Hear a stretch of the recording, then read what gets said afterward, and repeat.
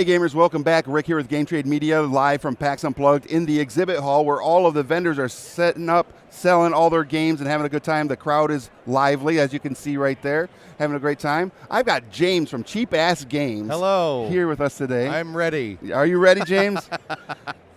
I'm so worn out. Yes. Let's do this. So you brought a couple stocking stuffers with you. So I brought the two newest games we have out of Cheapass right now. I've got Pairs. Of course, you know Pairs, but this is the new Leaf deck, which was illustrated by Phil Folio in a rather nice Phil Folio style. Yeah, it's just so that we did not talk about before this. It's a very basic art style, but I sat in Phil's art studio about 2 years ago and said, "Draw me some trees." I wanted to draw me some trees and some leaves, and we're going to make a deck. And this is what we came up with. These are great. You know Pairs probably. Pairs is just that very simple press your luck game with a triangular deck of cards. It's got 1-1 and 2-2s and 3-3s all the way up to 10-10s. And you can play upwards of 40 different games with it now. What? Yeah, we ran a new game in Game Trade Magazine every month last year. Okay. And some of those were really, really good games. I was going to say, they're all really good. They're all amazingly good. Each one better than the last. This Pairs deck comes with a game called Hawthorne. I'm not going to teach you that because you need chips to play it, but it's a real simple sort of betting game. Like Lay's potato chips or Pringles? Because if food's involved, I'm absolutely No, in. these are poker chips, like the kind you bet money with. Okay, well that's you don't have to play for money, but for food, you would just be foolish not to. Right, you can play for food. That's true. I heard there was this story of some craps dealer who would, when everyone's eyes were at the end of the table, he would take a $1,000 chip and swallow it. Oh my God! We were just to sneak it out of the casino, right? We were joking about this the last time we were there, just like nervous players swallowing their own chips, and the dealer saying, those chips are yours to keep. Wow. So yeah, you could play with potato chips. It might be safer. That. Yeah, probably safer. Do you want to play a little basic Pairs? Yeah, let's play basic Pairs. All right. I'll deal 3 hands just so we get a little more interest here. So this will be the audience hand.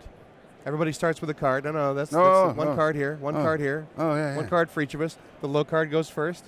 Okay. And in the basic game of Pairs, you're just trying not to get two of the same kind. So there's 7 sevens in the deck.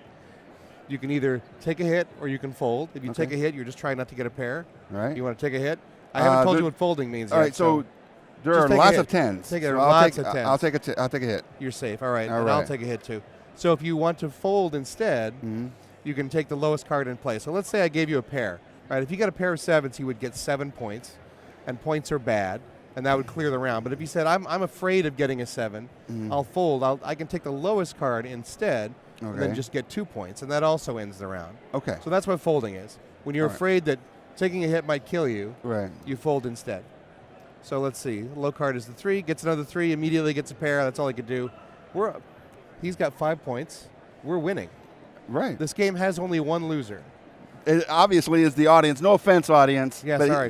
I think he's playing it to with 3 players, the loser is the first person to accumulate 16 points. Right. All right. So I'll go first on the 6. The 9 takes a hit because Jimmy always hits. Look at this. He's got 14 points already. He's killing it. We're going to have to do this again so the audience doesn't lose. You're first with the 5. What do you want to do? I will take a hit. It's an 8. 9 gets a 10. 9 gets an 8. Back over to you. 5-8. What do you do? I will take a hit.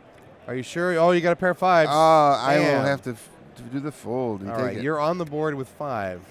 I'm still winning with nothing. What do you want to do with 4? Hit the 4. 7 takes a hit. 5 takes a hit. 10, 4. I am going to fold. You're going to fold? All right. Yeah. You can take the lowest card in play, which happens to be your 4. So you can just set that next to your 5, and that'll clear the cards out of the way. All right. And then on the 9, what do you want to do with that? Dang, I'll take a hit. We've seen all the 9s, right? You're totally safe. I'll take a hit on the 10.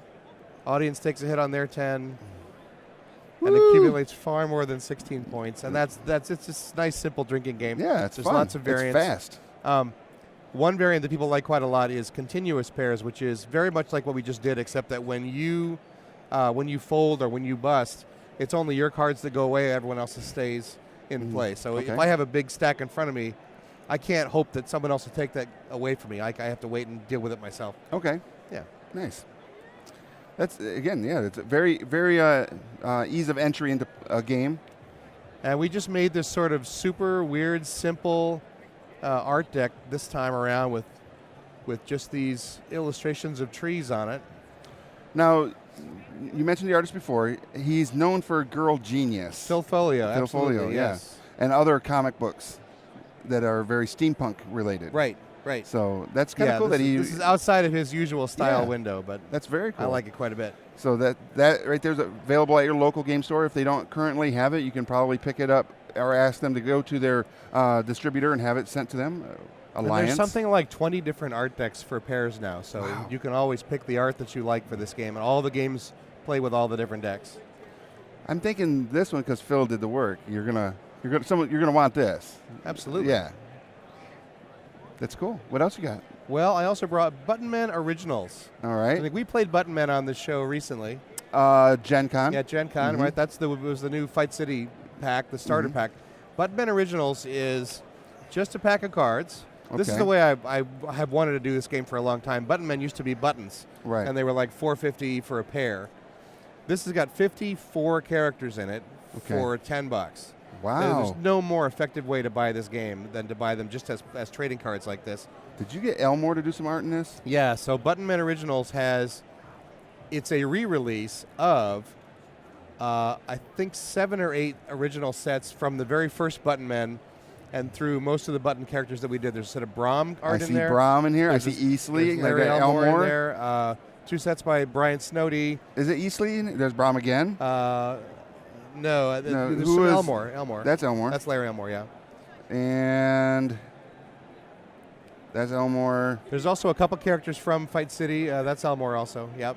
So the sets are Fantasy, Brom. Yeah, there we go. There's a Dr. Lucky card. Dr. Lucky card. Yep. But so let's pick a couple characters and I'll show you. But also look at this. There's Brom. Yep. Brom's artwork and Larry Elmore.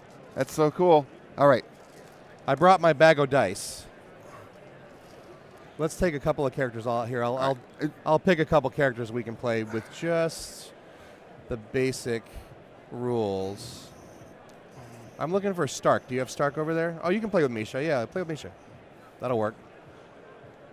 This is one of Larry's pieces that I actually really, really like. I like a lot of his women's. There's this one and the Scarecrow from the Dragon magazine cover, which is really good too. So this is beautiful.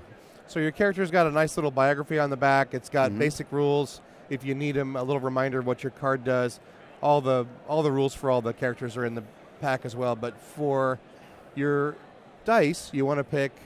You've got, let's see. Oh, you go ahead and pick them. You know how this works.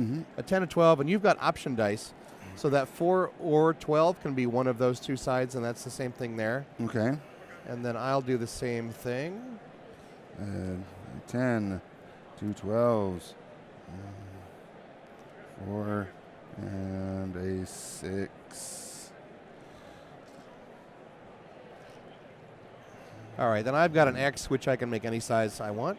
So the options is I can pick a 6 or a 12, like that, right? A 4 or a 12 and a 6 or a 12. 12 and a 6. Yep, that That's works. my options. Okay. Okay, let's push the rest of them out here. So to play Button Men, you're going to start by rolling all of your dice. And the single lowest number is going to go first. That's probably you. I've got a 4 for my lowest number. I have a 1. All right, so on your turn, you're going to capture one of my dice. Okay. There's 2 kinds of attacks. You can make a power attack where your die is equal to or higher than one of mine. Or you can make a skill attack where you add up several dice and they add up exactly. Oh, nice. So you want to see, I've got a 19 here that you probably want to take. You want to see if you've got the dice that add up to 19. I see at least one way you can do it. You can do 11 and 1 and 7 makes 19. So just take those 3 dice, 11, 1, and 7. Yep. You're going to capture my 19, so just take it out of play and re-roll just those dice. And now it's back over to me, and I'm trying to capture, I think I'm going to take your 12 if I can. So I'll do 8 and 4 makes 12. Okay. And it's back to you. All right.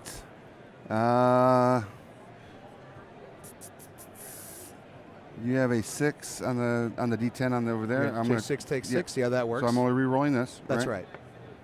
All right. Oh, 1. Let's see. That one's actually a little dangerous to me. I might take it out. Because without that 1, you can still make 9 because you have a 10.